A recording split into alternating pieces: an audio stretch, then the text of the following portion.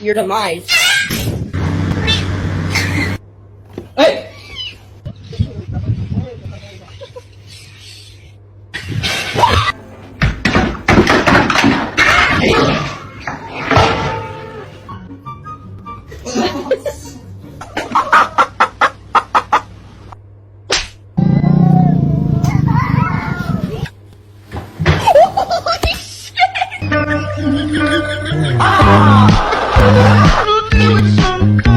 So how are you coping with all the fame?